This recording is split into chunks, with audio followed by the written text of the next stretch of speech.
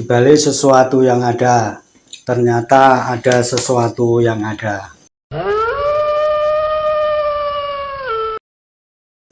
Tiap malam Jumat itu kata orang arwah-arwah yang sudah meninggal pada pulang ke rumah. Ada yang duduk-duduk di samping teras, ada yang berdiri di depan pintu rumah, dan kadang-kadang ada yang nongkrong di atas genteng rumah orang-orang yang sudah mempunyai leluhur pulang ke alam barzah. Malam Jumat arwah itu datang, nggak lain minta sedekah, minta doa, minta wakaf berupa harta benda dari anak keturunannya supaya dikirimkan menjadi amal jariah kepada beliau yang sudah pada meninggal dunia. Apabila malam itu anak-anaknya, cucu-cucunya tidak mengirimkan doa atau beramal untuk dia, arwah itu akan pulang ke kubur dengan menangis sambil tangannya diletakkan di atas kepala sambil mengatakan celaka, celaka, celaka, kurang lebih begitu. Jadi mereka akan menangis dan menghibah, justru dari mulutnya keluar doa kepada anak-anaknya, cucu-cucunya atau kerabatnya yang tidak perhatian kepada dirinya dengan doa yang amat jelek sekali, yaitu supaya anak turunnya cepat-cepat meninggal dunia seperti dirinya.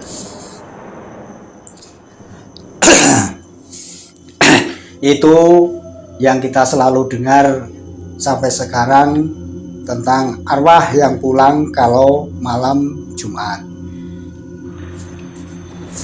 Mbak Sri, sebutannya seperti itu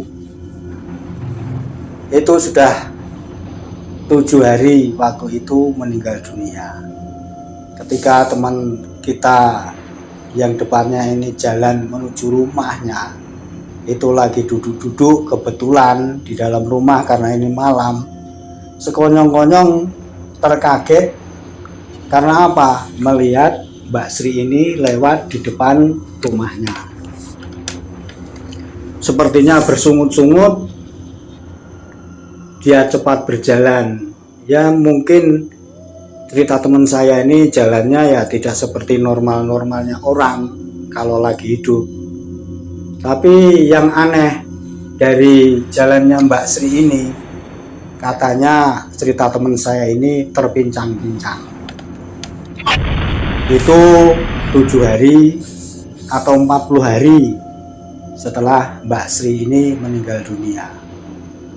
Padahal sebelum itu 3 hari atau berapa hari sebelumnya kita pernah ngobrol, karena beliau ini sering berjualan, jadi banyak yang ditemui dan disapa kalau lagi menjajakan dagangannya berupa sayur-sayuran, tahu, tempe, tomat, cabai, dan sebagainya.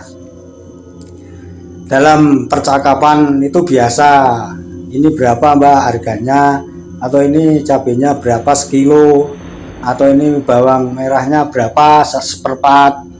Itu biasa yang kita dengar kalau lagi transaksi ketemu pelanggan-pelanggannya. Dari bayangan itu saya berpikir, iya baru 3 hari kemarin atau 7 hari kemarin, sekarang kok sudah tidak ada. Siapa menyangka Mbak Sri yang STW ini masih gemulai, ya masih giat, badannya masih segar, itu setengah tua, belum begitu tua, tapi badannya selalu sehat. Beberapa hari kemudian kita mendengar kabar beliau sudah meninggal dunia. Itulah umur yang diberikan Tuhan kepada kita. Kita tidak tahu mau diberikan umur berapa. Nyatanya yang kemarin barusan kita ketemu, barusan kemarin ngobrol sama kita, tahu-tahu sekarang sudah hilang dari pandangan mata. Lantas teman saya bercerita lagi, ketika dia melihat Mbak Sri ini pulang waktu itu dalam keadaan terpincang-pincang jalannya. Sekilas dalam pemikirannya teman saya ini nggak berpikir kalau Mbak Sri ini sudah meninggal dunia. Kayaknya seperti masih hidup. Jadi ingat kalau Mbak Sri ini sudah tidak ada, ini tidak ada sama sekali dalam pikiran teman saya ini. Pikirannya cuma membatin, loh ini malam-malam Mbak Sri kok pulang, tapi kok kakinya seperti pincang. Itulah teman-teman sobat misteri, kalau kita biasa ketemu orang yang sudah meninggal dunia, tapi seperti masih nyata hidupnya seperti kita. Saya juga pernah mengalami seperti itu. Ada teman lewat di seberang jalan yang berlawanan arah jalannya dengan kita di seberang, dia di seberang.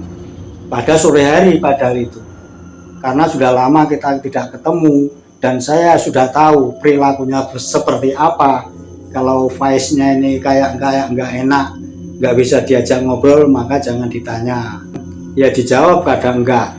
Itulah dari peristiwa itu saya waktu itu tidak menegur kepada teman kita ini. Tetap saya berlalu, dia tetap juga berlalu. Nah, setelah beberapa hari kemudian saya bertanya kepada teman kita yang juga kenal kepada teman kita yang berpapasan di jalan itu. Saya menanyakan keadaannya, betapa kagetnya teman saya ini. Ah, masa kamu ketemu kemarin sore-sore? Loh, emangnya kenapa? Nah, orang Bapak Polan itu sudah meninggal 40 hari yang lalu kok, kata teman saya. Ya, tentu saja kita kaget juga, padahal barusan kemarin ketemu.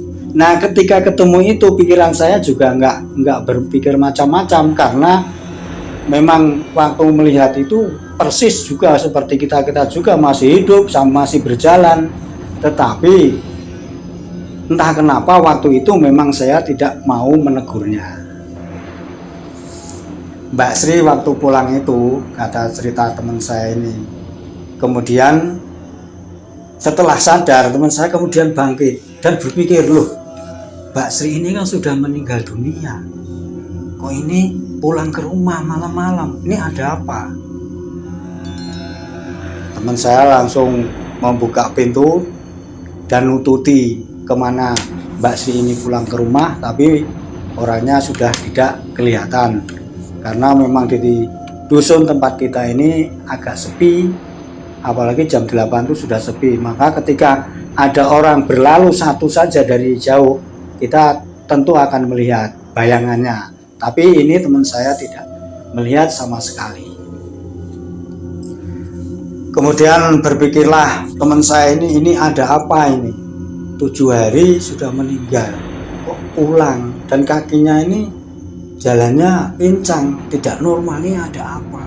Jadi dimanapun berada, itulah pengalaman dari orang yang dalam hidupnya ini bersangkut paut dengan banyak orang, misalnya utang piutang atau penitipan barang dan sebagainya, yang mungkin ketika waktu meninggal Mbak Sri ini belum tuntas untuk diselesaikan. Jadi dalam bayangan teman saya itu seperti itu.